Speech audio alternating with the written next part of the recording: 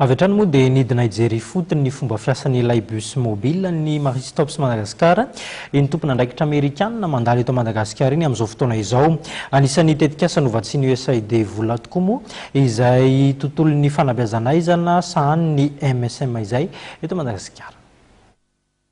Tonga nitsidika ny bus mobile ny Maristops Madagasikara na MSM teny amin'ny fokotanina motana ny sekretera-panjakana Amerikanina Ramatoa Iver Higginbottom izay misahana ny fitantanany etomanana io maran'io. Zava-dehibe tokoa izao fitsidihan'izao satria isan'ireo tetikasa nahazo famatsim-bola avy amin'ny USAID ny MSM eo amin'ny sehatra ny fanabeazanaizana. Ty bus mobile ty zany dia conçu anaovana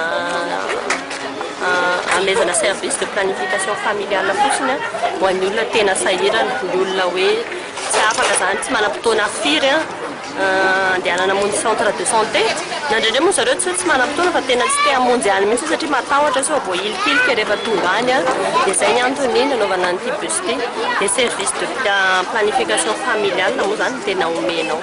Araka amin'ny fanazavana voaraina andritra ny fotoana dia nahatratra 2 tao anatin'ny herintaona ireo olona avy amin'ny faritra iva tonga nanao fanabeazanaizana ato amin'ity bus mobile ity izay natao indrindra ho an'ireo fianakaviana sahirana. Nahitana tombontsoa maro tokoa ny fampiasana ny teknika fandrindrana ny fianam-pianakaviana raha ho an'ny mirana 20 taona efa niteraka roa.